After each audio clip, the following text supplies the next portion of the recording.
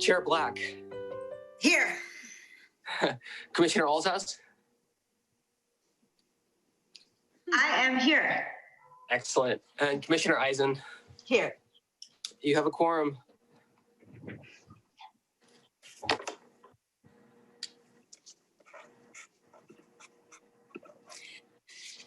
Okay, ready to roll? Do we have any announcements? Oh, you did roll call. Do we have any announcements and correspondence? Can you hear me? Can you hear me? Okay. Yes, we can hear you. Are there any announcements? Correspondence? Nothing. Okay. Do we have any public comments? We need visitors tonight, right? We do not. No attendees tonight. No attendees. Okay. So we have a staff informational report. Yes, I will kick things off with city council updates. Our last meeting of this group was back in October. As you know, we canceled the November and December regular meetings because they tend to fall very close to holidays. And then we hold this meeting in the middle of December to make sure we're staying on track and covering everything we need to before the end of the year. So since the last Recreation Commission meeting, there's only been a few city council meetings, but they've been some doozies. So I will share with you just a couple of the highlights that really pertain to this group. We have been authorized by the city council to apply for Prop 68, what's called per capita funds. As you all know, the Prop 68 grant was the statewide parks grant program developed from the Prop 68 measure, $4 billion multi-year measure. And the per capita is just one of the programs they have. Basically, every city is guaranteed at least, I believe the number is like $173,000 or $180,000 through this, as long as you have qualifying projects. We've gone to the council to get approval to apply for those funds. We will do that next year. The funds don't actually come through until the end of next year. So as part of our budgeting process for 2021 and 22, we will look at all the projects that were deferred this year and any future projects and identify the best way to use those funds. Obviously you all will be part of those conversations early next year. We've accepted funds from the library, the Friends of Half Moon Bay Library. It's the final payment they've made to us so that they can close out the capital campaign account that they set up for the building of the new library. In total, we've received almost $900,000 from the Friends of Half Moon Bay Libraries towards the library construction project. Some of those funds went towards some upgrades to the library, including those amazing doors in the community room that accordion open and just create that inside-outside room. And I can't wait till we're back together there on a warm day and open them up and enjoy them.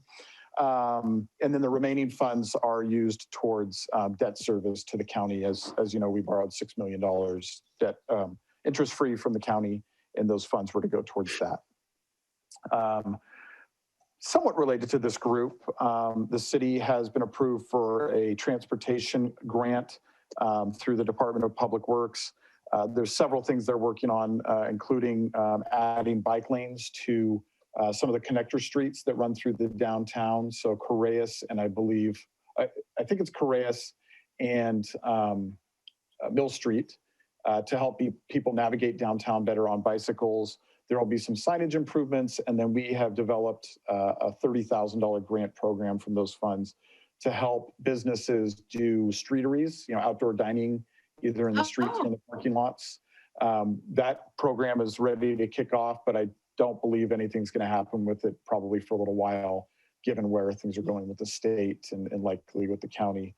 It's disappointing. We've had some successes. Sacrilege has a nice little street dining area in front of their facility, and this grant program would help them to upgrade it, make it even better. Nono's, which is just south of City Hall on Main Street, developed a really nice little outdoor patio in our parking lot, the 2 parking spaces adjacent to their building. There's lighting, trees, some heaters. It's really nice. And that's what we'd like to see recreated all through the downtown. So we've got 5 or 6 businesses interested. We will get ready to roll with them, and then we'll see how things play out with the state. And again, that's all grant funded from Caltrans. The Half Moon Bay History Association lease was modified at our last meeting with the council. There were certain milestones they had to reach during the first several years of the lease towards construction. They met several of the first milestones, but the most important one, of course, was to kick off construction of the actual new museum. And that was supposed to take place on or before January 1st of next year. Due to COVID and businesses being shut down and other issues, there was no way that was going to happen. And so we worked with them and established that we'd give them an extra year to kick off construction. They believe that they'll be able to kick off construction sometime in the first or second quarter of next year. But we just wanted to make sure we were all on the same page. And they've been acting in good faith the entire time, and have gone through the approval processes for permits and all of that. But until things steady out a little bit, they won't be able to actually break ground on construction. And we understood that. 880 Stone Pine, the current leased facility for our corporation yard for public works. At our last meeting, the council approved the loan from the state so that we could move forward and finalize the acquisition. That loan will be considered by the state next Wednesday at the state's iBank board meeting. We're pretty confident that they'll approve it. And then the loan will fund in early January, and by mid-January, we should have closed escrow, and we will then own that facility.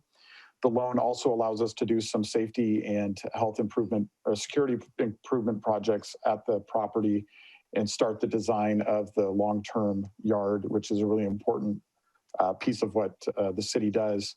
The other great thing about it is long-term, we do believe there will be some passive recreational opportunities out on that property. There will be, at the very least, a trail along the creek. We foresee some parking and open space opportunities for people to, walk their dogs and, just get out and enjoy nature. And I think long-term community garden would be a great fit for that site, given its history as agricultural site. And there could be other opportunities, but we'll master plan the site as part of the long-term planning in the future. So that's really an exciting project. And then I think a couple of things that you'd be interested in. The Peace Mural project, which was approved back in November by the council. There was an individual in the community that was working on a mural project to promote peace in the community, and it's being done in conjunction with the United Nations. I think across the country, these things are happening. And basically, it's a stitched together panel of a bunch of 8.5 by 11 self-made drawings of individuals in the community of what they thought peace meant to them. And that is currently hanging on the front of City Hall. It went up either yesterday or this morning. It hangs right over John Dowdy's window in the front. So he doesn't get to see people checking themselves out in his reflective window anymore.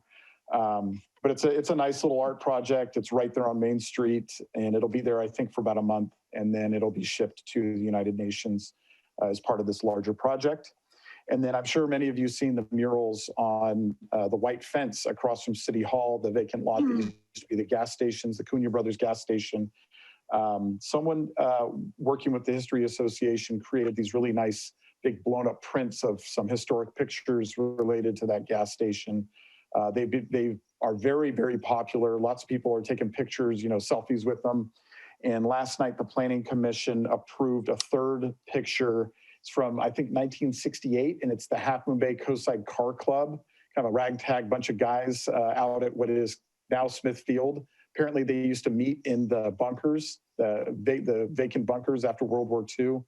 And it's just another cool piece of history. Apparently, several of those guys are still in the community, and their families are here.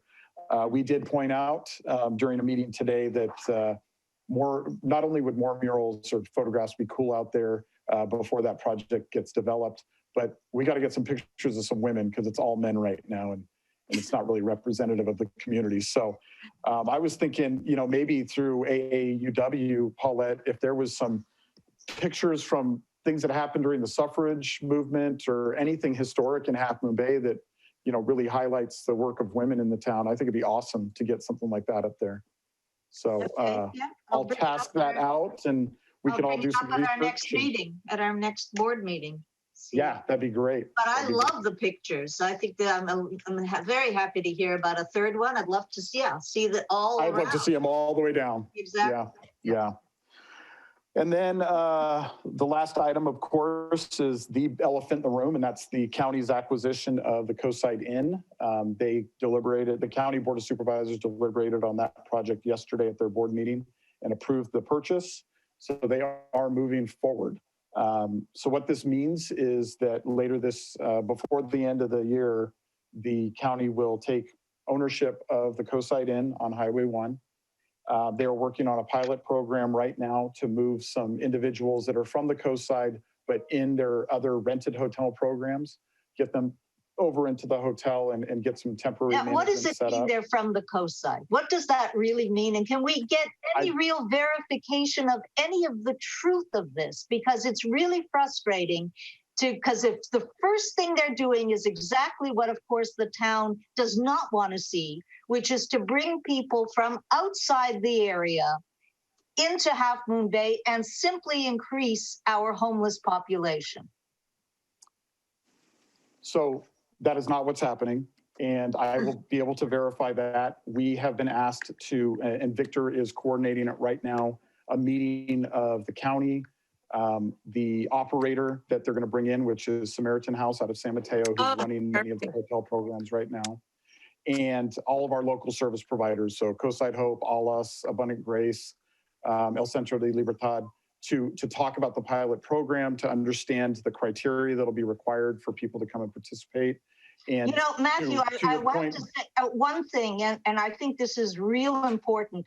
I think it's important to have some kind of committee of people who are not for the project, or at least not for the project from the standpoint that they are very concerned, at least they're very concerned about how it's going to be carried out, rather than just all these agencies who make a living off of this, whose mission is this, so that they don't approach it from the same way. They approach it, from a different way than people who are concerned about what this will do to Half Moon Bay. Yeah, so Paulette, we can talk offline if you'd like. This isn't an agendized item discussion, so we can't talk about it. But that is exactly what's going to happen. We're going to be setting up that committee. I have a list of folks that are on both sides of the issue that can be very critical of each other. That's all part of the plan. Good. And yes, we will confirm that when they say they're bringing individuals from the coast side in, that they're actually from the coast side and not just increasing the population. So those are all considerations. Happy to talk more offline. But this will be the big topic probably for the next year until people can see it in operation, and hopefully it does well, and people their concerns can be assuaged by good operation. So. Right. So that's what I've got from city council updates. I'm happy to take any questions, but again, we can't have a discussion about all these items because they're not agendized as individual items. Understood. Matthew, I do have one question in regards to the property at Stone Pine. At one point, where it had come up about using that property as well for parking. And would that be a consideration insofar as the development? Even to use it for parking, it would require a CDP parking, and so we would have to work with the Coastal Commission to get approval. But certainly, we're not making any proposals for anything beyond passive recreation use. Yes. Because that's what the project currently says. As part of the master planning, all those other options could be considered. Thank you. Okay. Thank you, Matthew, very much. And the recreation update? Any updates? Got a couple updates for you. Okay, so first we have a holiday update. as I'm sure you're all aware, due to COVID and everything right now, we're not able to do a lot of the holiday-themed events and programs that we historically would be doing. So in partnership with the Downtown Association, the Chamber of Commerce, we put together a COVID-friendly holiday event called the Light Up the Moon Holiday Decorating Contest. This is where any business or residents in the city of Half Moon Bay is encouraged to participate. And to participate, we're asking that they submit a photo of their decorated residence or business to us by December 17th. And we'll then display these photos on our website and also allow voting starting on the 21st for the best decorated business and residence. We'll be giving away first, second, and third place prizes for best business decorations, best residence decorations, and we'll also be doing a voter raffle where we pick participating voters for the contest at random to win raffle prizes. These prizes have been donated by some of our event sponsors who in turn are included in our advertising and promotions for the contest, which is really cool. We're making the contest available virtually, so you don't have to leave your house to participate, but we're also putting together a map of the locations of all the contest participants. So that way folks who want to go out and drive around the community and see the decorations for themselves with their families and loved ones can do that. So we just started that a week or so back, and we still got a few weeks left of that. So we're hoping that with all people's idle time now, we see some really cool decorations and get people, involved and feeling like it's really Christmas, even though it feels like sometimes it's not. We're really hoping that takes off, and we see a lot of community engagement through that. And with Shirzad here, I'll point out. Oh, go ahead. Eddie, how do you plan to send out this map? Will it be on our Facebook page, on our website, community news? How's that going out? It'll be, well, so the voting, again, Colleen Latier from communications, she's kind of heading up the voting end of all of this, but I'm sure her plan is to have some sort of a link that folks can go and vote on whoever they think their first, second, and third favorites are. Those will all be indicated on our website. There's an actual separate Light Up the Moon webpage for this. So folks can go there and do it. I'm sure she'll put it out in the e-news. We'll blast it on Facebook and Nextdoor. So they'll be in all of our outlets, ways people can kind of be involved and engaged in this. Good. I was just going to point out, one of the cool things is, right before COVID hit, we had all worked on a sponsorship program. And through that sponsorship program, all the prizes, we're able to offer cash prizes, which we would never be able to do with city funds. And then, of course, the raffle prizes. So it's working really well, and I think it's helping with our partnership with the businesses. And I will point out with Shirzad here that the Friends of Parks and Recreation are a sponsor of this event. So thank you for your sponsorship and your donation to this. And Eddie, were you going to talk about just the Nights of Lights in general? I'm not sure what you're referring to. I'll share just what the chamber's doing and some of the things we're doing to support. So, as you know, normally the Night of Lights would have happened this past Friday night with the parade and the tree lighting, all those things. That obviously couldn't happen this year. So what the chamber did is what they're calling the Nights of Lights, and it's every Friday night. It started technically on Black Friday, but their focus that weekend was really just about shop local, get out to the businesses and start shopping. And then this past Friday was the tree lighting at MacDutra Plaza. This How Thursday, was that? I'm sorry? How did that go? It was good. They had less than 50, but close to it. Participants come and hang out in the park. It's all lit up. Our public works guys went above and beyond this year to really light things up. Not as much as we had hoped originally, but hopefully next year that'll be a big project to really set up the lights downtown for the future.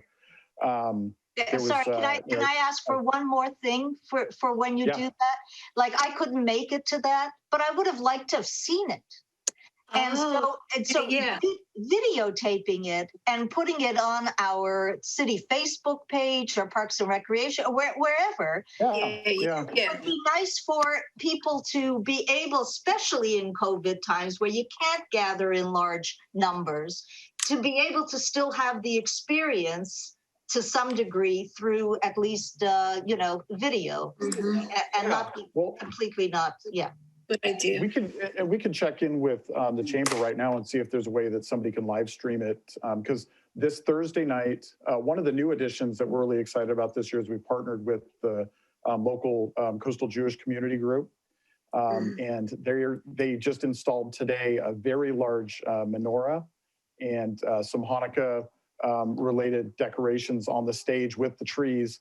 And on Thursday night, which is the first night of Hanukkah, they will do, I guess that's tomorrow night, they will do the lighting of the first candle. That'll be more of an event for the Jewish community group.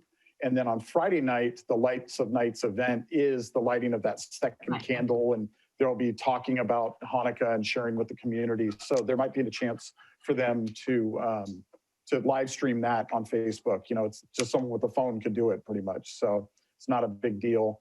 And then the following Friday night, which would normally be the Posada event with all us and the Latino Advisory Council, that had to be canceled as well. And so instead, Hanukkah ends next Thursday.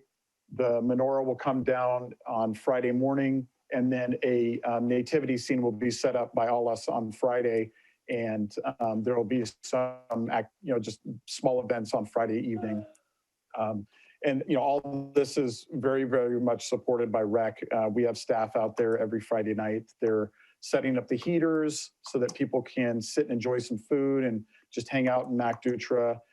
They're playing music so that we have that ambient music playing throughout the downtown, which is all of this has been really, really well received by the community. I think, the bar's set pretty low right now, but we've been able to exceed people's expectations, and they're really happy. So this just again goes with what we've been saying. Lots of changes and kind of just going with the flow from our REC team, and they've always stepped up, and it's been awesome.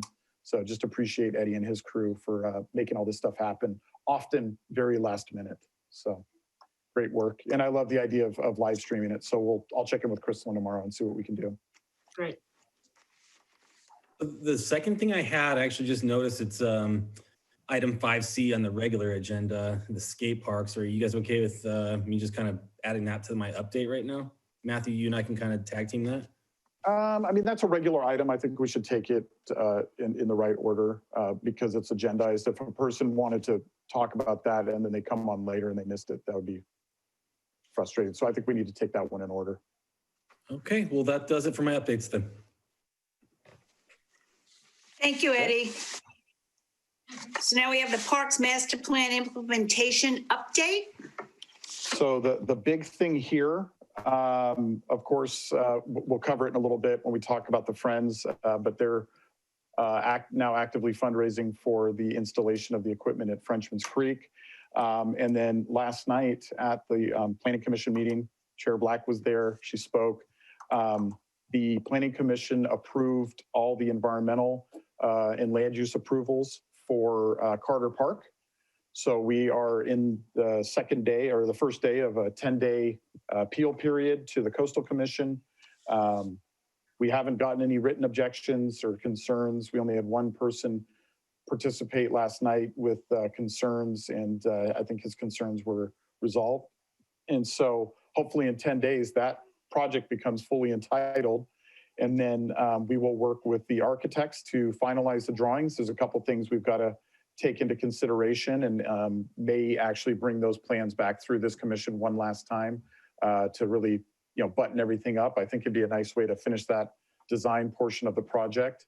And then it's on to fundraising. We will be applying for Prop 68 full-blown grant funds, several $1 million. That application is due in March, and we will, I don't know if we'll be competitive from a community standpoint because a lot of that money goes towards underprivileged communities, and by definition, we are not considered underprivileged.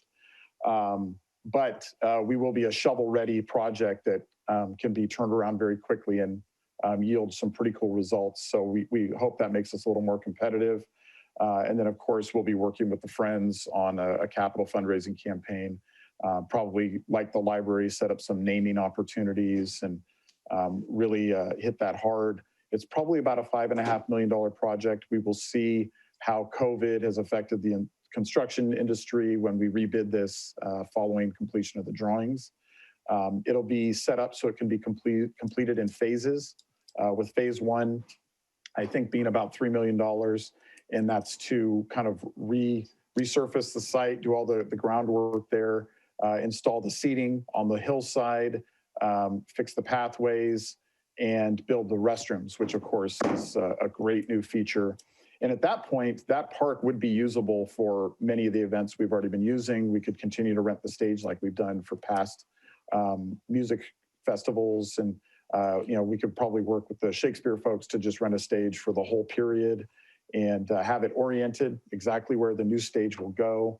And then we know that the Mariners Church is very interested in helping to get the playground and the picnic areas built as the second phase of the project. And then I think there's probably some groups out there and individuals that are very supportive of the arts that would love to participate in helping get the stage built. So, and doing it in phases could allow us to really do this without ever interrupting the normal activities we already have out there. So we're really excited. That's a huge milestone to get through last night. We think this is the right way to do a project. We're at a point now where we have something tangible to show people and they can donate towards something that can get built pretty quickly and, and be part of a big change in the community. We also see it as economic development. If we can activate that park and bring more people downtown, that is only going to help the businesses with finding new customers and hopefully getting more of our locals to spend more time on Main Street and, go to dinner and go to a show and be pretty cool. I got a question on that. Yeah. Do you know what how they define underprivileged? It's been a little while since I've looked at it, but it has to do with the income levels of a community. There's several criteria that they use. And I think the coast side in general might fit into some of that criteria, but Half Moon Bay as a city does not. And so a lot of this money ends up in the Central Valley to those really poor kind of rural I still communities think we should be able to make a case for underprivileged. We might need to stretch the definition, but I think that I think the grant writers really should be making a case for the problem is yeah, go ahead. Yeah, I mean, we did that the last time and we would do it again. The problem is for their definitions, there's actually a website that the state maintains that you pull the data directly from that and there's no manipulation of it. There's no explaining it. Either the data meets their criteria or it doesn't. So we'll continue to make that kind of an argument in the actual grant application. But the last two grants we've applied for that require that data, we're not even close to meeting it. So it's pretty it's not arbitrary, but it's pretty concrete that the state just draws a line in the sand and that's it. Mm-hmm. So we are talking about looking at some additional grant writing support and getting a professional grant writer involved in the future. And this would be the project of any to involve someone like that in. Great. So. Well, you know how excited I am about this project. I want to see it happen. So yes, great. Yeah, you were probably the earliest champion of doing something there. So it's exciting to see how close we are to shovel ready. Right, for sure. Can you hear the piano lesson going on in the background? Yeah. It's hard for me to yell at my kids to stop practicing piano. It just doesn't seem right. That's right. Okay. Oh, Pat, you're muted. Okay. So now we'll go on to 5A of the regular agenda, the update from the Friends of the Half Moon Bay Parks and Rec. the review of the proposed memorandum of understanding? So Sherzad, if you wouldn't mind, you can do your regular report, and then I have just a short presentation that covers the MOU that we've been negotiating on, and we'll give the commissioners a chance to provide some feedback and comments on that. Absolutely. Thank you so much, commissioners, for having me tonight. We just had a very successful Giving Tuesday we participated in. And we had Facebook do a match. I mean, it wasn't, thousands. I mean, it was thousands, but not, like 50,000 that we would want. But what we have done is we have stopped really actively fundraising for the community pool. And we have switched over our focus to Frenchman's Creek. So we are now actively fundraising for Frenchman's Creek. And we have some donation boxes out in the community that we will be changing signage for. We will be communicating with our community members regarding the community pool. We are not stopping that, but due to COVID and just the feedback of our board members, we're kind of putting that on the back burner, especially we feel that with Frenchman's Creek, we have the playground, and the really needs of the community right now call for us to put that in the forefront. And we're really excited about that. And we've been working with the city and with Eddie and Matthew with some really great different levels. And we're really excited to kind of set a great foundation moving forward. And Maria's been fantastic setting all that up. We have worked on our back end. We switched over our software system, our donation system, our way of tracking our donors, communicating with them. And we've really beefed up our back end and working on our website. So we really feel that we're in a really great position to move forward and really be able to accept millions of dollars. So we're building it. So, we really have a great team. Our board's fantastic. And so even though we, all nonprofits right now because of COVID, it's in a new time, but we're adapting and we're moving forward.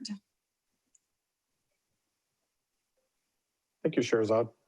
And, in line with that, as you all know, we've been working, talking some time about getting into a more formal arrangement with the Friends.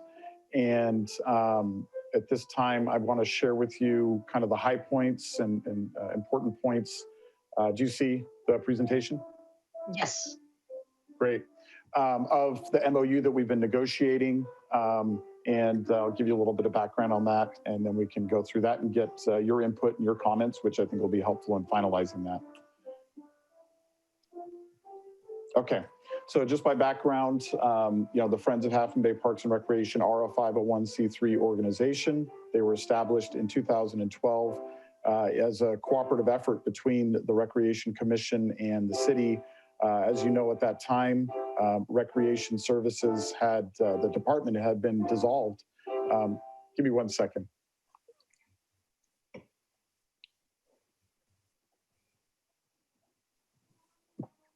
That lesson was getting a little too exciting. Sorry. In 2012, that was established due to the fact that the city had to terminate its recreation program and outsource it to other agencies, and the Friends, along with the commission, really provided the community events and the fundraising and the funding to keep things moving forward during the 5 or 6 year period that the city was unable to do it itself. Their stated mission is to build, preserve, and maintain certain parks and recreation facilities in Half Moon Bay. And some of the really great projects that they've helped to make happen are the skate park, the renovation of MacDutra Plaza a few years ago, specifically the fountain in that park, the Highway 1 median maintenance, and the Adopt a Park program. And I believe they had adopted Kehoe Park for a period of time and really were helpful in getting that program going, which was totally necessary for many years when the city was in dire straits. And we hope to bring that back in the coming year so that we can get more community participation in that program. Their current projects, as Sherazad mentioned, Frenchman's Creek Playground installation, the future community pool. They continue to fundraise for the Raleigh Wright Scholarship Fund, and we're really excited to work with them on a plan to raise money for Carter Park and the development of that facility. So we've been working together on an MOU, and this MOU is really just to help memorialize the understanding that we all have as far as our roles and responsibilities, the Friends' roles and responsibilities, and how we work together. So there are 2 pieces to this, 3 pieces. You have the city's commitments, the Friends' commitments, and then just the general terms. So under the city commitments, we would allow the use of the city's logo and name under certain conditions. Obviously, if, I think the pool project is a perfect example. Right now, that is not a city priority. And so when the Friends are fundraising for that or, working towards that, we'd want them to be very clear that the city is not currently sponsoring that or working towards it. Hopefully there will come a time when that becomes a priority of the city and we can really work closely together.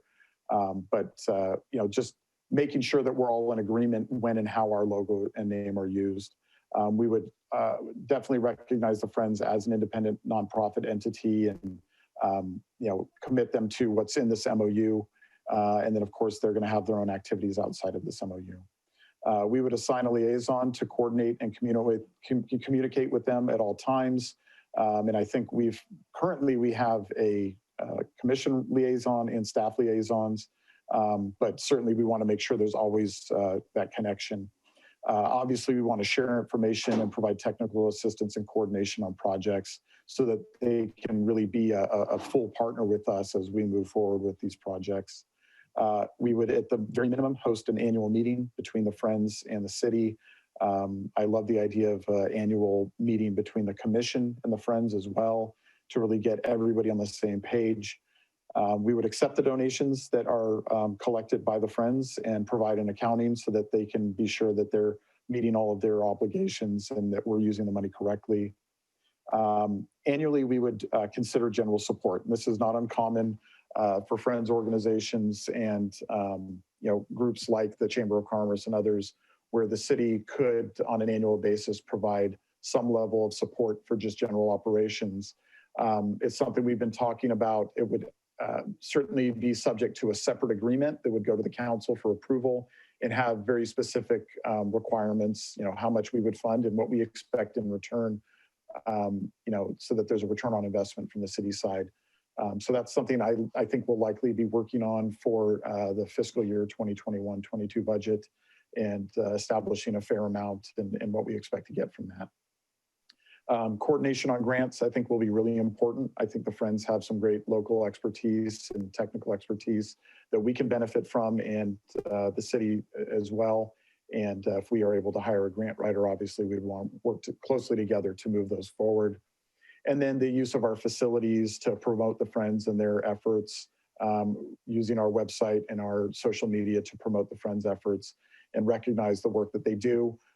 Similar to the use of the city logo and name, all of this would be in relation to projects that we're coordinating on together. The Friends commitments, vice versa, allowing the Friends use of the Friends logo and name under conditions to be set so that we're using their logo and name appropriately and on the right types of projects.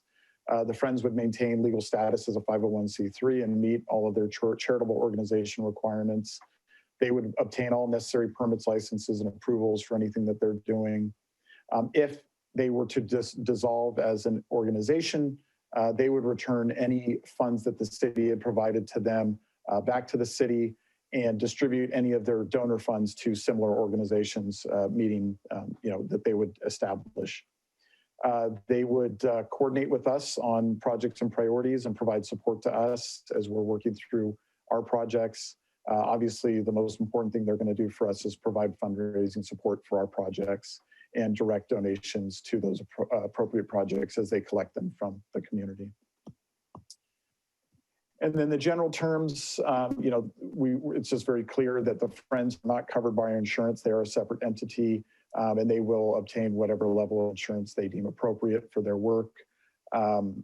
This agreement would be for a 5-year term, and either party could terminate it on 30 days notice if things weren't working well.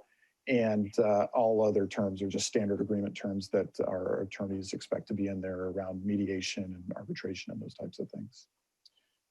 So that is the MOU in a nutshell. Sherzad, before we take questions from the commissioners and comments from the commissioners, was there anything else you wanted to add about the MOU and your review of it? No, I think that our board had a chance to review it, talk about it, and thank you, Matthew. I think that we're in talks with Maria, but it's been reviewed and approved by our board. Yeah, we're looking forward to it. So, Yeah. commissioners, we're interested in your take on this, and if there's things that you think should be in here that are missing or changed. All right, I definitely think we should be meeting annually. We have a liaison. I think that I'm kind of feeling like we need at least sort of a semi-annual meeting as well to, to always look at what the priorities are, what it is that, how we're going to be working together, so that we don't stray off of the page that we've all decided to be on. So that's something I think needs to be in our agreement.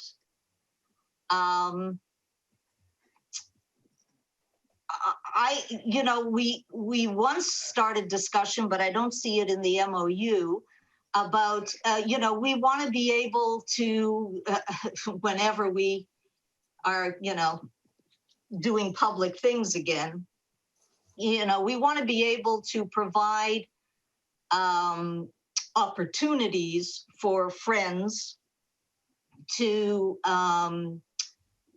like we did at the concert, to be able to, or other situations where they're able to set up and sell items and, do money raisers.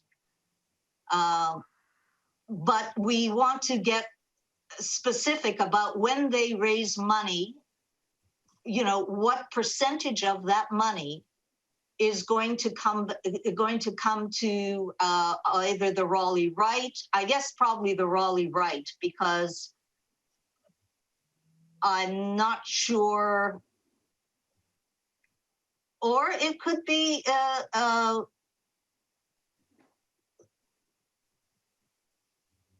if it's raising money for the existence of Friends, as opposed to that they might have an event, let's say, where they're raising money specifically for a project. That's a different story.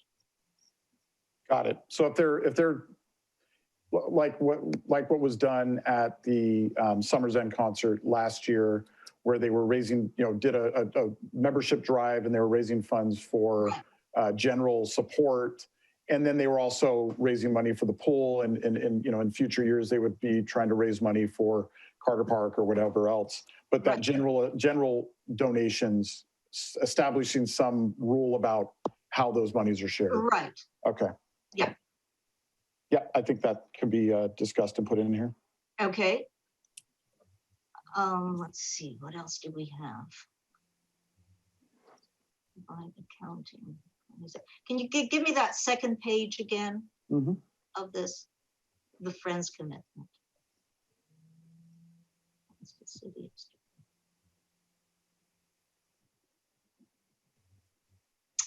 And, I mean, we always should have, I think in the semi-annual and then the annual, a report on, money raised, projects completed, or where we are, in a project, or, anything that we actually get some kind of, specific report from both from the city and from Friends.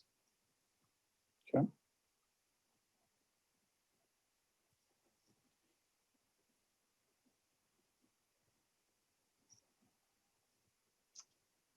And for instance, and you mentioned Matthew, and I really, would love to see the Adopt a Park program revised as well.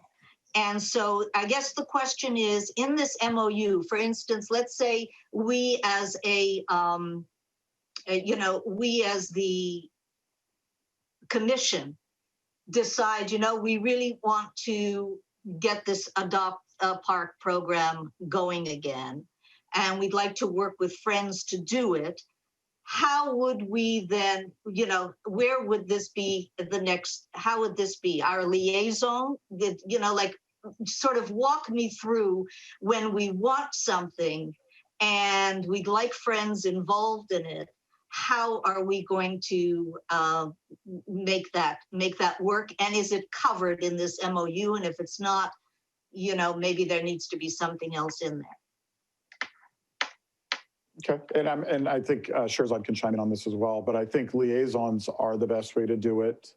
We have, staff and liaisons from the commission and the Friends talking regularly and can coordinate on those types of things. But certainly I think there could be a provision that for special projects that we might call a special meeting where we can get the two groups together and really have a really robust discussion about very specific projects. So Sherzad, what are your thoughts on that?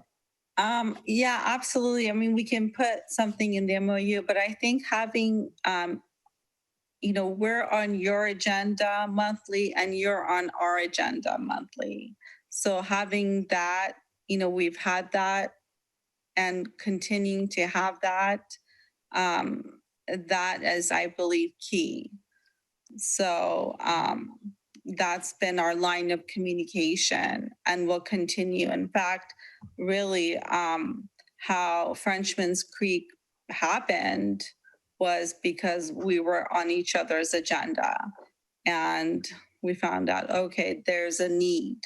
And so I think that's really the key, is just showing up, participating, and being agendized on. Yeah, I agree. Okay, so we can work together on maybe some just more definitive language about process and coordination. Oh, Pat, you're muted. Okay, here we are. Yep. So I just would like to make one suggestion, and I think in the MOU, it seems to be the appropriate place, is to have a statement that annually or quarterly as needed. And I think the relationship between, the Friends and the Parks and Rec is really, I think it's becoming it's great. The communication level, everybody is aware of what's going on. But I think in the MOU, I would like to see the availability of an annual or quarterly report or joint meeting between Parks and Rec and Friends as needed, if in fact it does come up, but it does cover us insofar as having that. What do you think? Yeah, I think, that's kind of what we were already discussing, the reports. Yes. From both sides, as Paulette mentioned. And then, just that language that it's as needed. Have it in, It it the covers. liaisons can talk and see if there's, anything going on that warrants it or not. And certainly language could be added that how that happens can be at the discretion of the two groups as kind of worked out by the liaisons. Yep. Again, I think right now we're having multiple times a month of regular contact, and then very much, Marie and I talk. I know Eddie is talking with Maria and Shirzad on a regular basis. So I think we'll be aware of when the needs come up, but we can add some language that gives us discretion, but also make sure that there's a requirement that we're meeting regularly as well. Thank you.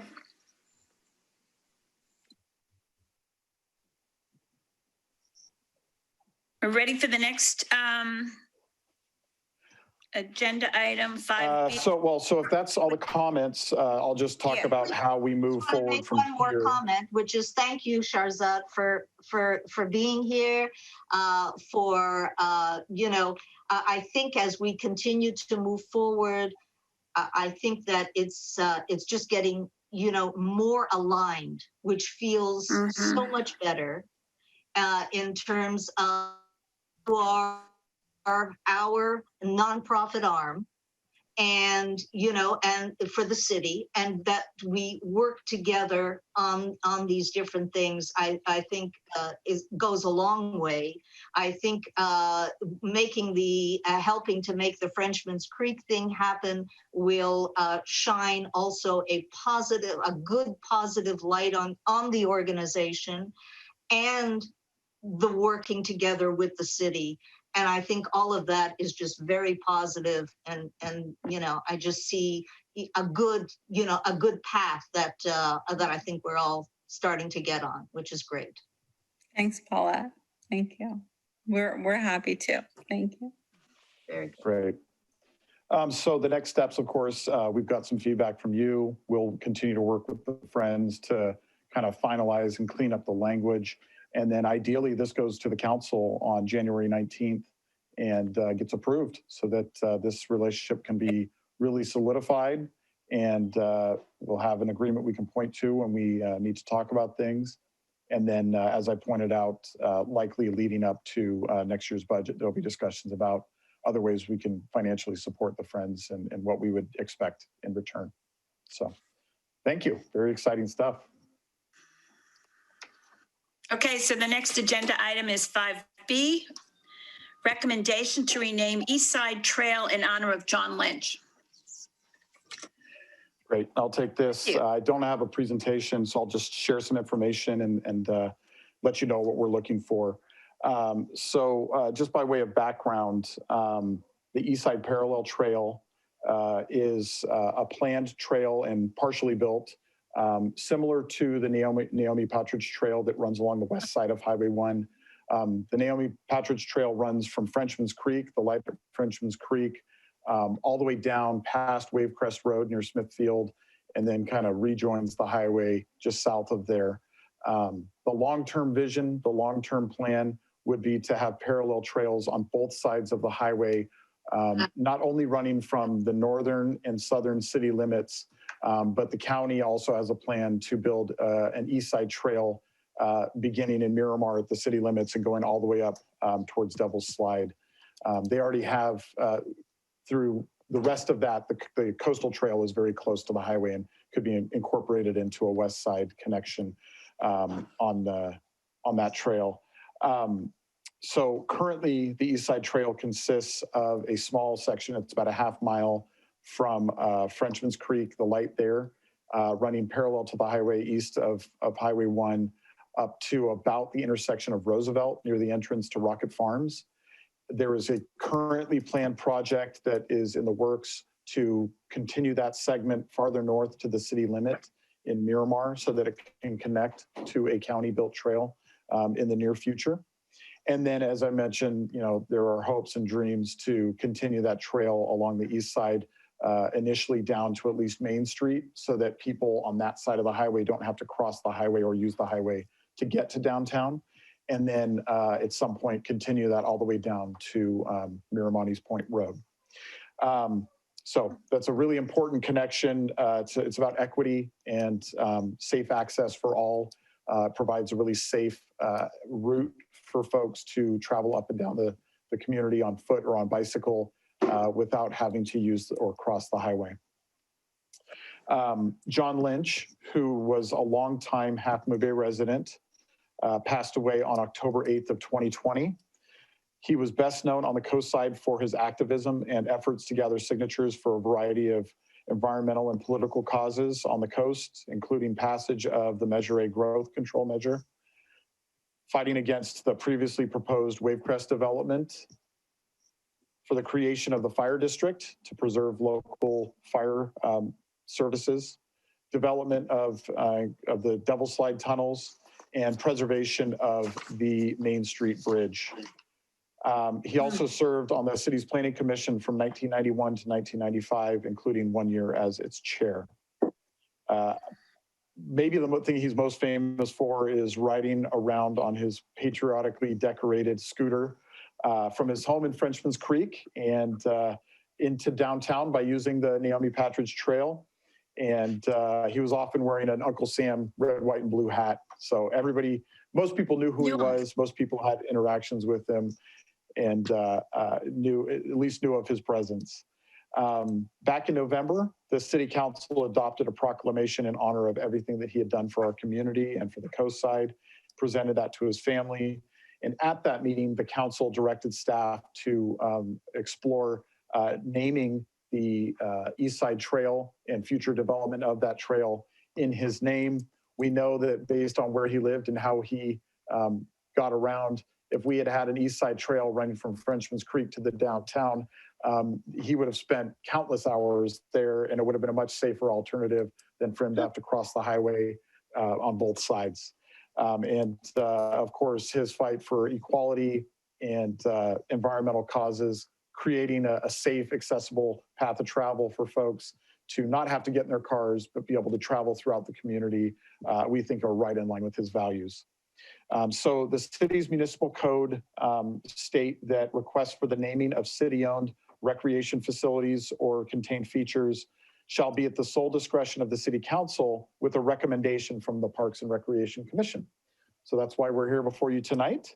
The proposal would be to name the current sections as well as any future sections of the East Side Parallel Trail within the city limits as the John Lynch Memorial Trail or some iteration of that to be decided by the council based on your recommendations, and then to install signage identifying the trail by its name. And our hope is that you will take a vote tonight to support this so that we can go back to council in January or February and finalize this plan. Some of the things that need to happen, there will need to be some outreach to Mr. Lynch's family. We'll also have to talk with Naomi Patridge and others because of the naming of the current West Side Trail and sections that go to the east side. It's all considered one trail right now. And so we'll want to make sure that we work that out appropriately and name this appropriately. And our hope is to have a West Side Trail with one name and an East Side Trail with another name to make it really clear how people are getting around and what they're using. So with that, I would love to hear your comments and questions and be able to take a recommendation back to the council. Okay, well, of course, I knew John quite well. And yes, I absolutely agree that he would be using that trail if it existed. So there's no question about that. I, don't even like the idea that Naomi Patridge has the name on the trail. I feel that that should be something like the highway, Highway 1 West Trail, Highway 1 East Trail. I think that it's just too much to have all these names on trails. When I tell people, well, why don't you take Naomi Patridge? They'll say, well, what's that? So now I've got not only the Naomi Patridge issue, but now we would have the John Lynch. And I think just honestly, I think it's confusing, especially to people who the truth is it's confusing for people who live here, let alone people who come and to visit. And you say, well, you can walk on the John Lynch Trail or if you want to stay on the east, you can go on the Naomi Patridge. It's just I find it just too, that's why I like that the coastal path is just the coastal path. And when I refer to it, everyone knows what it is. And there's no ifs, ands, or buts about it. Again, the bridges is a similar thing. Most people, you say the name of a bridge, they don't know where it is. The reason they know the Main Street Bridge, guess what? It's because it's on Main Street, okay? But if you named it something, if you named it the John Lynch Bridge, they wouldn't know what it is, you know, because people just, a lot of people don't even know literally, like, you know, the name of the street that is the street after the street you're on. You know, they just, the names are not, I don't like the way the names work out very well. So I'm actually not for this. John was an iconic figure. It would be nice to name something after him, no question. I just don't know that this is the right thing.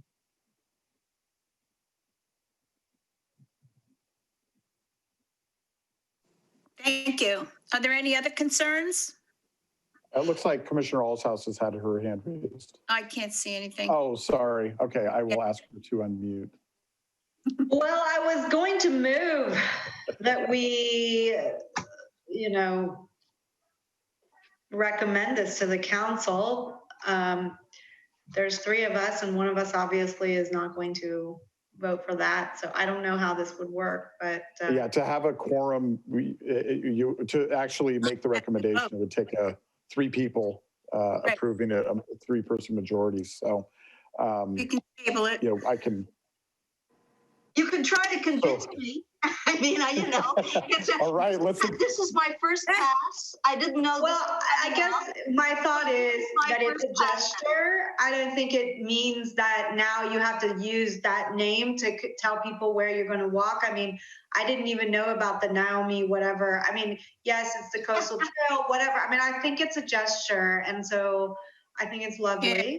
That's my feeling, that it's not about like, you know, following the names and being able to identify things. And, you know, you can always say it's the coastal trail and people know what you're talking about.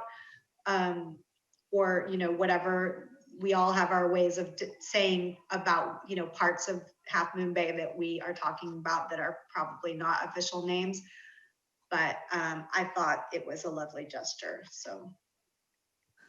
You know, just a suggestion, maybe the recommendation would be to officially name it like the John Lynch Memorial East Side Parallel Trail, and actually rename the other one the Naomi Patridge West Side Trail, so that at least there is that, because I get what you're saying, Paulette, that, right.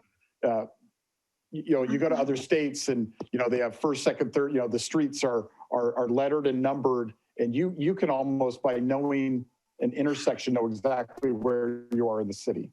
Right. And we just don't do that in California. We like to confuse people. So I get that concern. I definitely get that concern. Well, that's an interesting idea, Matthew, in terms of adding, you know, on adding that. So because most people then would refer to it the West Parallel Trail, you know, the West Parallel Trail or the East. Because, you know, Amy, I mean, you're also directing people, especially bicyclists, you know, when it comes to or walking, you know, walking along, like to come to the pumpkin festival, for instance. So many people come in here, and to be able to say, you know, you can, if you're, for instance, staying in Frenchman's Creek, we recommend you take the East Parallel Trail to walk into town, or to, you know, ride your bicycle, whatever it is. The thing is that when you say a name, you know, just even Amy doesn't know the Naomi Patridge because she doesn't, you know, live around. So it's, the name thing is off-putting. The gesture,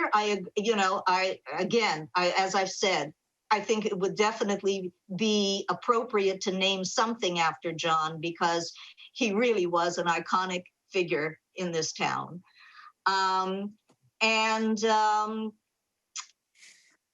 But to do something that makes it, you know, where people know what you are talking about when you say, when you're directing them, I think is important.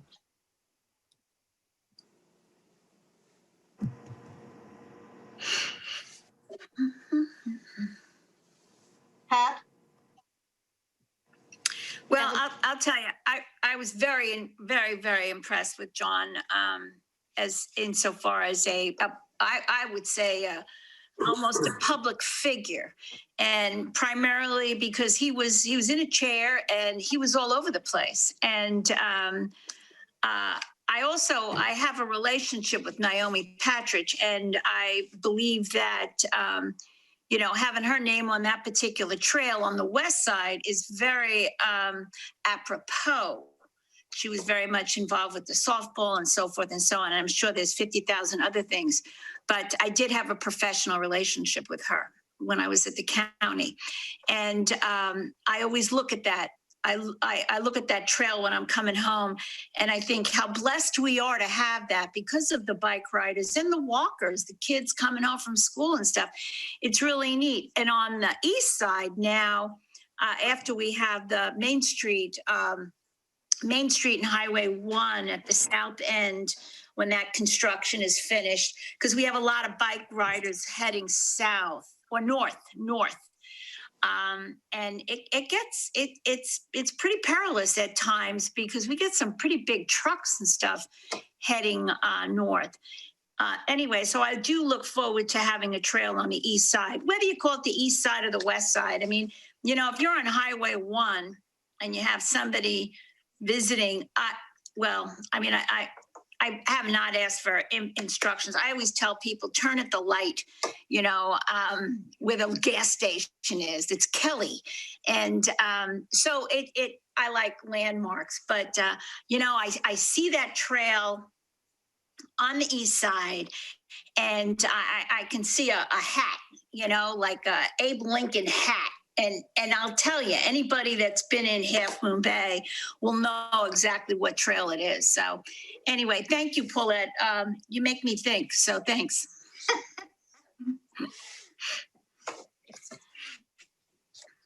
Do we have any other? I guess we're okay. Well, we can table this. It's how do people feel about that? Paulette? Well, I'm okay with that, but I'm also okay with Matthew if you want to officially suggest something different that would accommodate, my issues and also accommodate the support that that we have for naming something after John.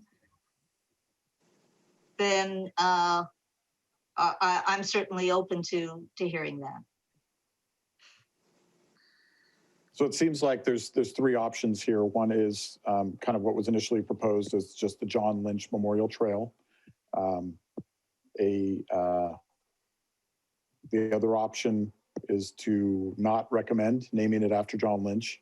And I think the hybrid is that third option, which is the John Lynch Memorial East Side Trail, so that it kind of meets the needs of both the naming and the location and direction.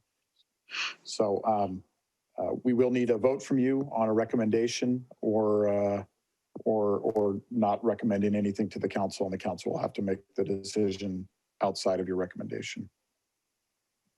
Okay, so I'm going to make a motion to recommend that the trail be named the John Lynch East Side Trail. And that's my motion. Okay, second. All in favor? Aye. Aye. Aye. Passes 3-0. Passed. Yes. Great. Oh, thank you. There he is, Jonathan. All right, thank you for that. I think that's appropriate, and we will share that Yes. feedback with the council, likely at their January 19th meeting or the first meeting in February. And hopefully we can move that forward fairly quickly. But I should have added to the motion, because I do think it's appropriate then to change the Naomi Patridge, be the Naomi Patridge West Side Trail. That would make sense in terms of cohesion. We want to amend the recommendation from the commission. Or we can either do it that way, or we can either bring it back with, do we want to change the, Yeah. and maybe that should happen after the council votes. Because if they vote to approve the John Lynch East Side, then we can then bring it back to, now do we, as an agenda item, do we want to change the Naomi Patridge to the Naomi Patridge West Side Trail? Make sense to go that route, Matthew? What's your pleasure, commissioners? Oh, I think that's fine. Amy? Okay. Are you there, Amy? Yeah, that's fine. Okay, good. One of the things we can do is when we go to council, we can just mention that that was part of the discussion, and that if they'd like a formal recommendation, we can come back to you and get that later. Right. Because Yes. Great. yeah, that makes sense, because again, Matthew, if for whatever reason they don't want to go this route, I mean, they have the option to do what they want. So if they Exactly. don't want to go this route, there's no point us doing a whole thing with the other one until this happens. Right. Good point. Good point. Good point. Mhm. Okay. Thank you. Okey doke. Okay, and so we're ready for 5C. Eddie, the proposed security cameras for Half Moon Bay Skate Park. Okay, I'll just give a little background on this, and then Matthew can kind of jump into. So to start off, over the past few school semesters, Matthew and I have had reports from the school district regarding issues and incidents happening at the skate park next to the community center, like vandalism, fighting, bullying, drug and alcohol use, inappropriate behaviors, things that kids do when adults aren't around.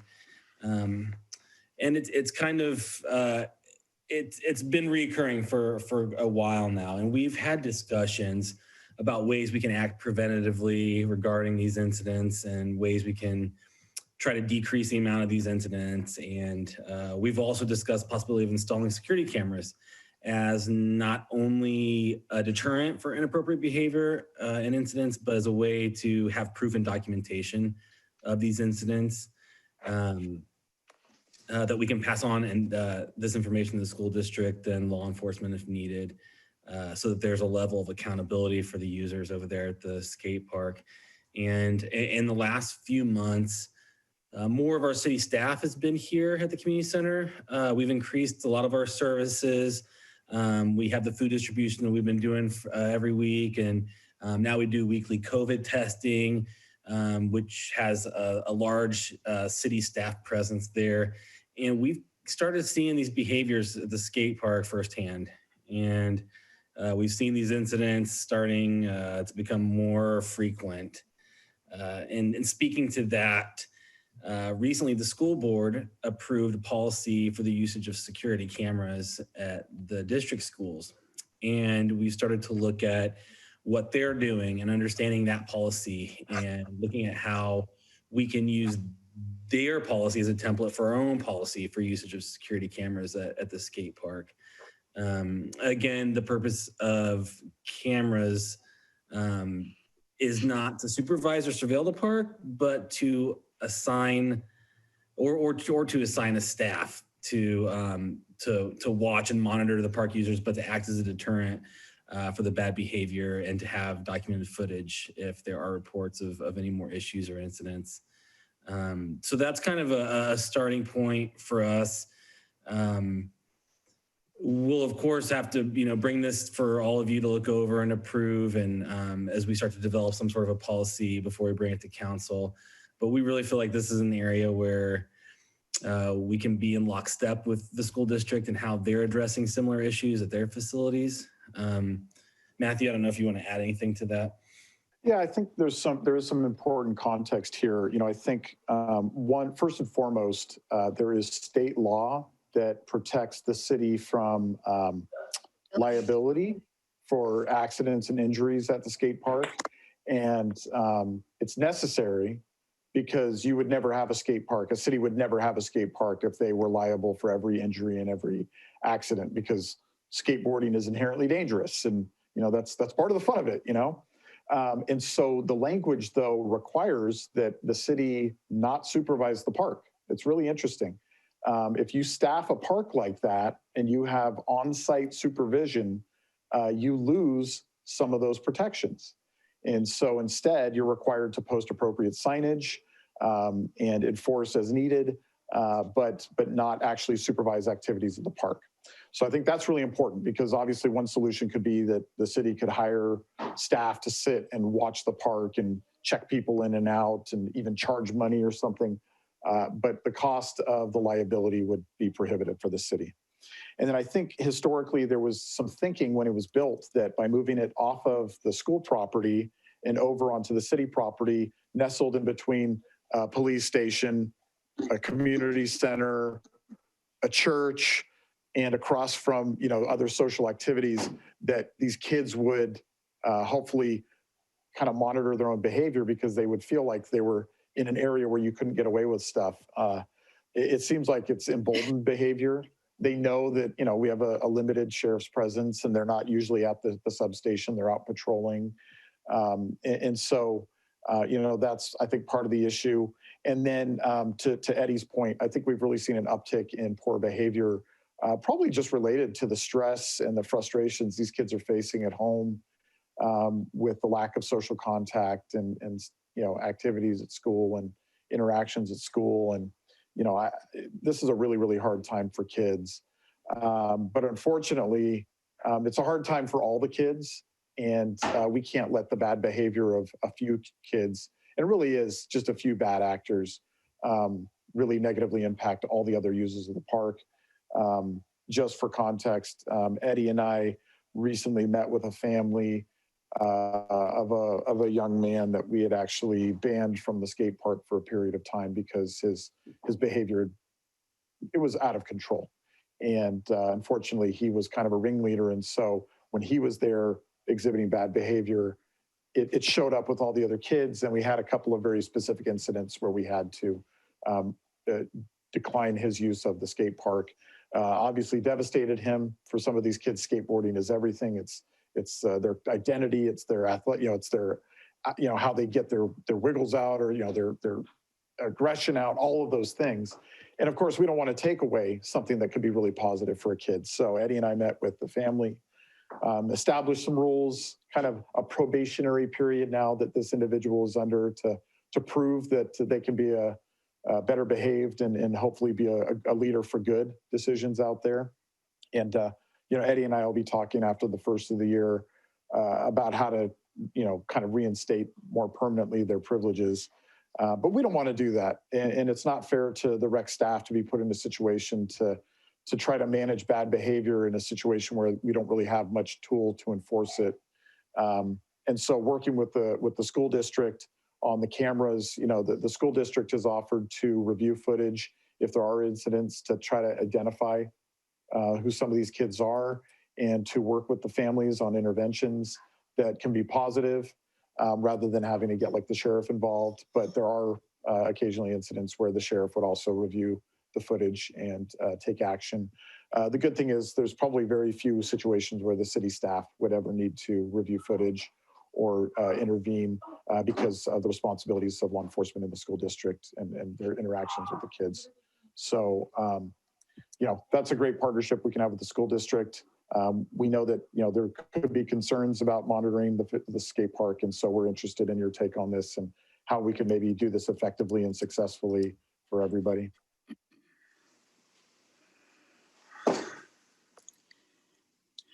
Well, I'd like to chime in on this one. I'm a skateboard mama, and on both sides of the coin. And I used to drive my son over to the Boys and Girls Club so he could skate, because we weren't going to get one. But I'll tell you, the way you handle situations is so it's a dream. It's wonderful. And sometimes we have to teach people what it is to take responsibility for their behavior. And so whoever that is, and we're a community, and if we saw a kid crossing the street and a car was coming, I think we'd probably yell or grab the kid. And so I really appreciate how you're looking at this, and especially having the school district involved insofar as not just looking at a film, but to implement a program for the child with the family. And these times are, I say it every day. I'm glad I don't have kids in school and having to deal with the level of stress. And so an escape park to me is it's just a wonderful place, because, that's where kids get to shine and they grow up, kids are kind of growing up fast, but at the skate park, one of the things that my son would always talk about is the respect issue. And that's what I see when he was growing up, and my other one too, and my grandchildren, everybody's in the park. And is this level of respect and that teaching of the formula for skateboarding. So I'm just real happy that you're moving forward in a direction that's such a positive direction. And that's going to make a difference, because the kid that got in trouble, he's going to become a leader insofar as what right behavior is, because he knows, So thank you, Matthew. I enjoy hearing what you have to say. Thanks. Okay, so I think this is long overdue. I think you talked about this ages ago. I was concerned about the skate park and how it was really going to end up, being. And you're right, it's always just a few individuals who screw things up for, so many others. And, when I was teaching, it's always that kid, those two kids in the classroom, and yet the whole class usually has to suffer because of the two kids in the classroom. So I think this is really good. I think I'm definitely for it. I am just wondering about reviewing the footage, how that's really going to work. I think it would be great if the school, I don't know if they're planning this, but you might talk to them about this, if they had actually a committee of kids who are into skateboarding and biking and whatever, so that they can also determine or think about how to deal with those kids who are creating problems for everyone else.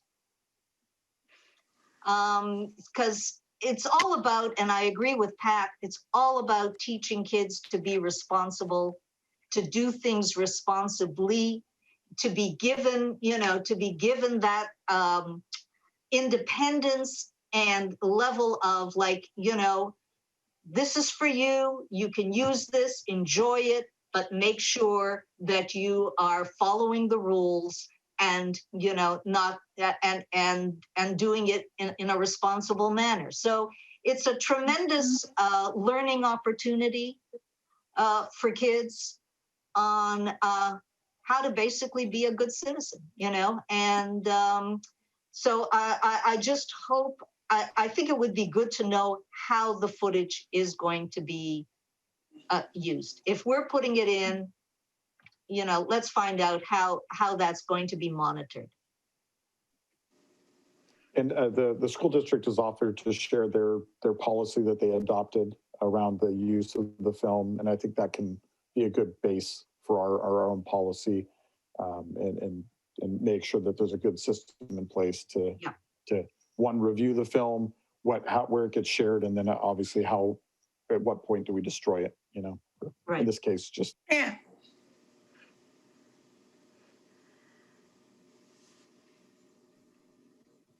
Well, so Paulette, so where we are right now is the school superintendent, Sean McFetridge, put me in contact with their head of IT for the whole school district. And he made an introduction just yesterday with their vendor that they use, Cisco, that services this type of hardware to the different school districts and government agencies. So I'm sure you can imagine the cameras nowadays are super capable. I mean, there's capable of all kinds of different things.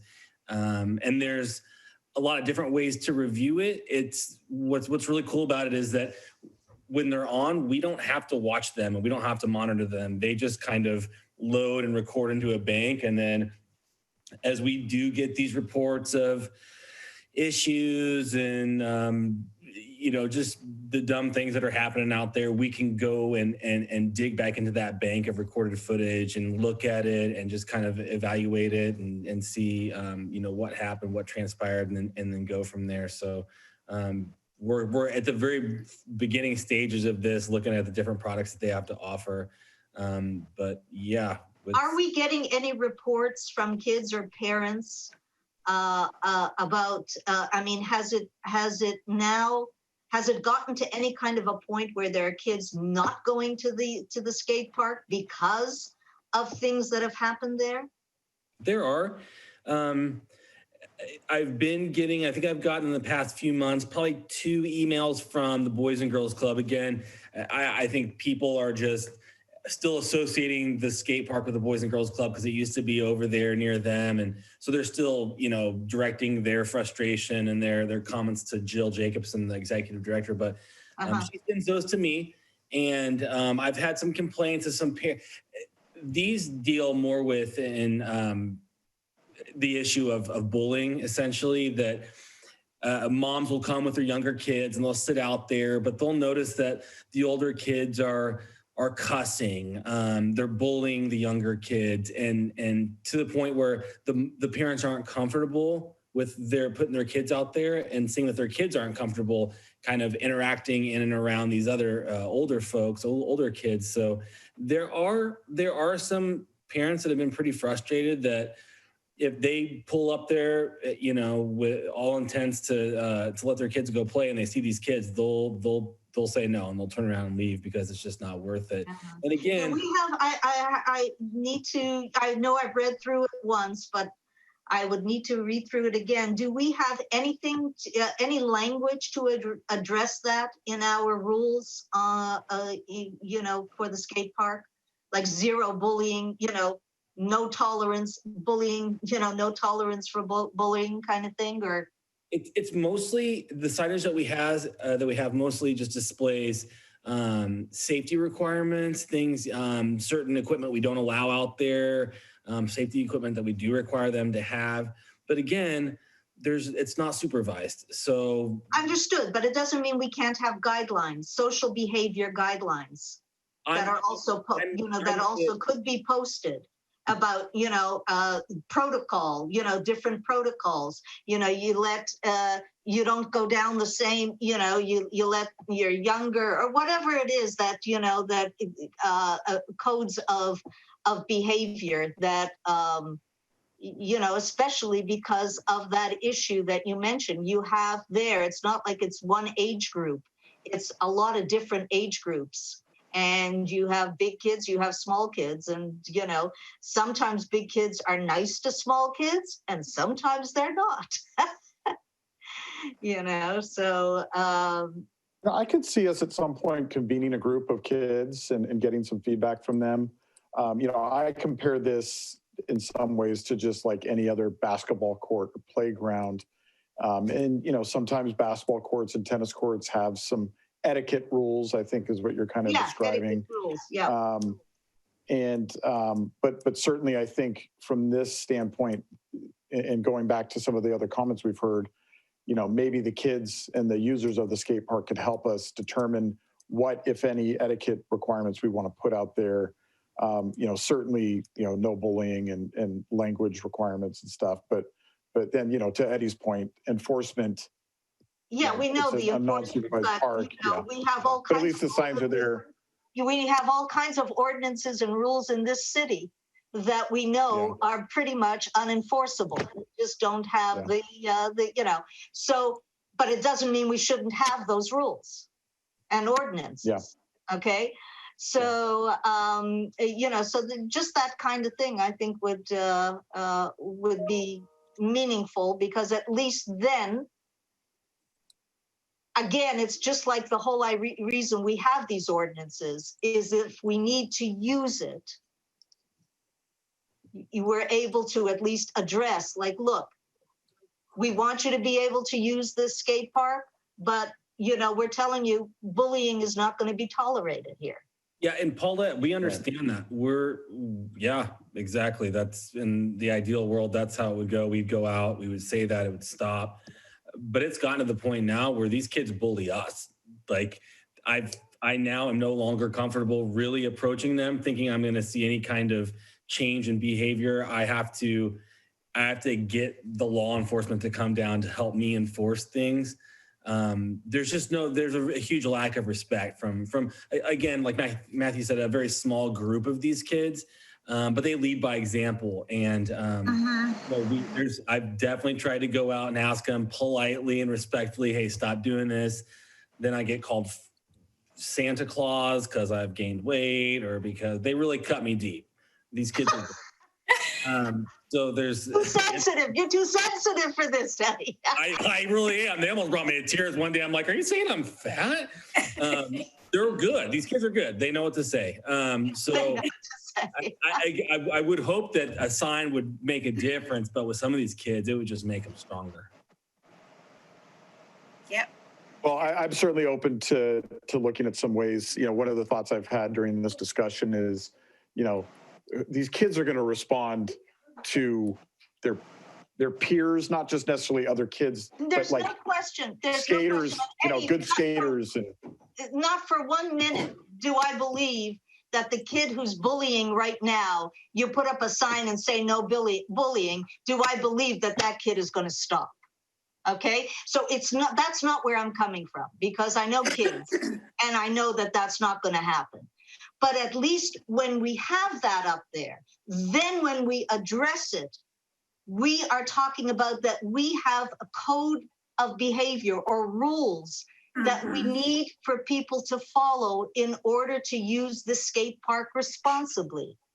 But so at least they know. It doesn't mean they're going to follow it, but they know. And then if there are issues, we can address it because we have told them this is the deal. Okay, so that's the only reason I'm suggesting that, yes, we have some kind of code of ethics or behavior, whatever, that's posted, so that at least we then can use that when we have to. yeah, this is kind of a multi-pronged approach. We do the cameras, we work with the kids on some etiquette, we do some signage, and hopefully the combination of all these different approaches starts to change some of the behavior. Right. Definitely. Yep. Okay, so Eddie, next steps are we're going to work with the district on starting to formulate a policy. We've heard from you all some of the things you'd like to see addressed in that, and likely we'll bring that back before you as we move forward with some of this. Yeah, definitely. We're, two things, working on developing a policy, and then also working with the vendor just to see what kind of hardware they have and their functionalities. And I've still got a ways to go, but we're, again, taking after what the school district's already kind of accomplished and using some of what they're doing. So we'll definitely be bringing it back. Is there a way to potentially add that on to another site under the district, but then we pay them for that additional cost to do that video surveillance? I think that's a definite possibility. We've got a great relationship now with the school district and regular conversations, so that's something we can broach with them, especially as we're working towards these facility use agreements between us and the school district. Right. So, definitely. Because they're reviewing, they'd be reviewing the tape of the other sites that they have, at the school. This would be one more site, which they're going to be doing anyway. So it would just be us paying them for that additional cost for the skateboard site. Yep, we'll explore that.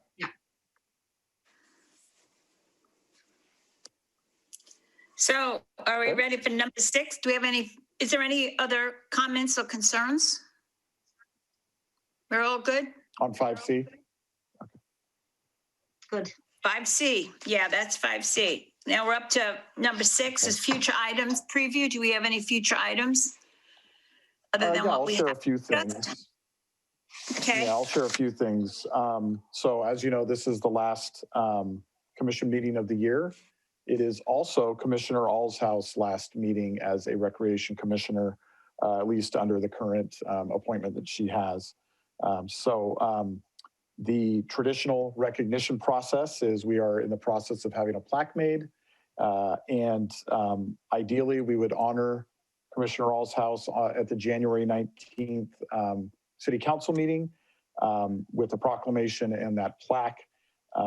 Commissioner Allshouse, that is totally at your discretion how you'd like to handle that.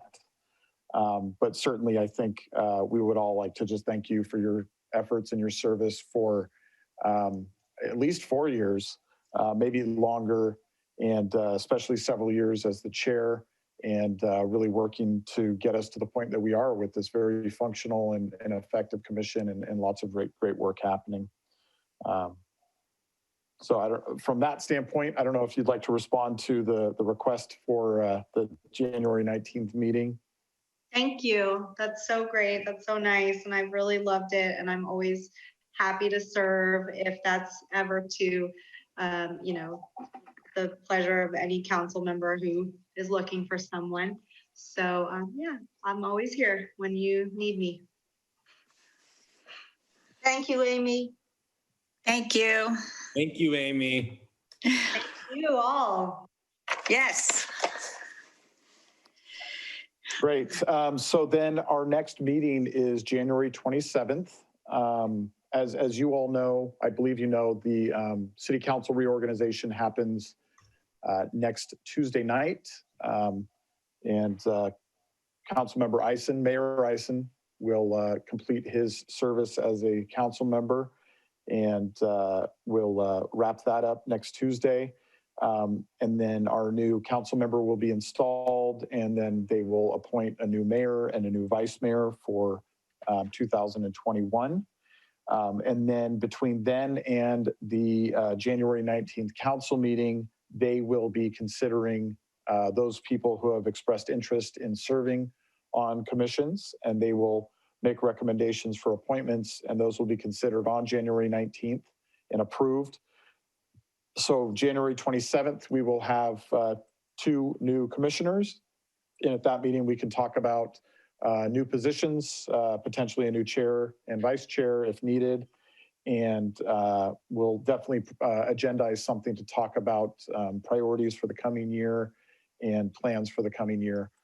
So be looking for that as we move forward into the next calendar year. And then the only other piece I wanted to share is, City Hall is physically closed, has been throughout COVID. We do have staff there several days a week and able to meet with Matthew, people on is there some occasion. reason, I was going there the other day, it was completely shut up, shut tight. Mhm. Is there some reason we don't have at least one person there every day? No, we do have people there every day. The question is whether or not we open, and we actually installed sneeze guards, big glass sneeze guards all around the front desk.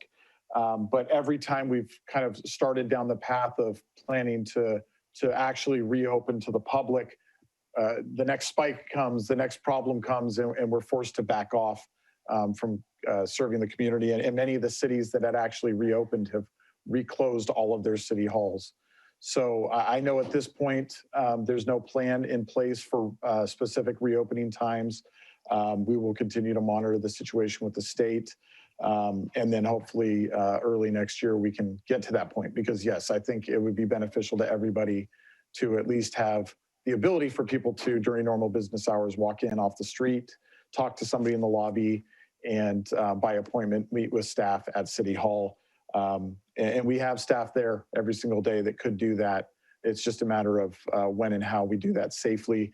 We've, I think, become pretty effective at serving the community virtually. Our community development department has lots of protocols in place to allow people to drop off plans and payments and those things. And our finance and admin team are at the annex every day as well. And we have staff at the recreation center every day that, as needed, can serve the public. But just as a heads up, from December 24th through January 3rd, that's our annual closure of all city facilities. So during that time, only emergencies will be dealt with by staff. And then January 4th, we'll be back to serving the community remotely and virtually.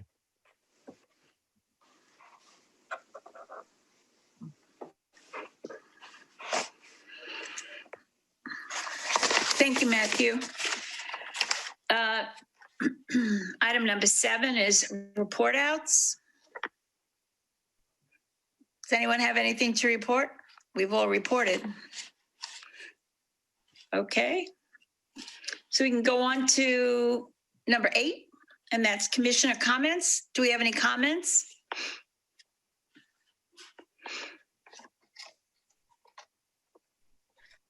Well, I just want to take the opportunity to thank Eddie and Matthew for always having the information and being real clear in sharing. And I thank you so much. And I thank you, Paulette, for showing up, and Amy. Thank you so much for your service, and it's good to know you. And I look forward to seeing you. Take care. All right. My only last comment is happy holidays, everyone.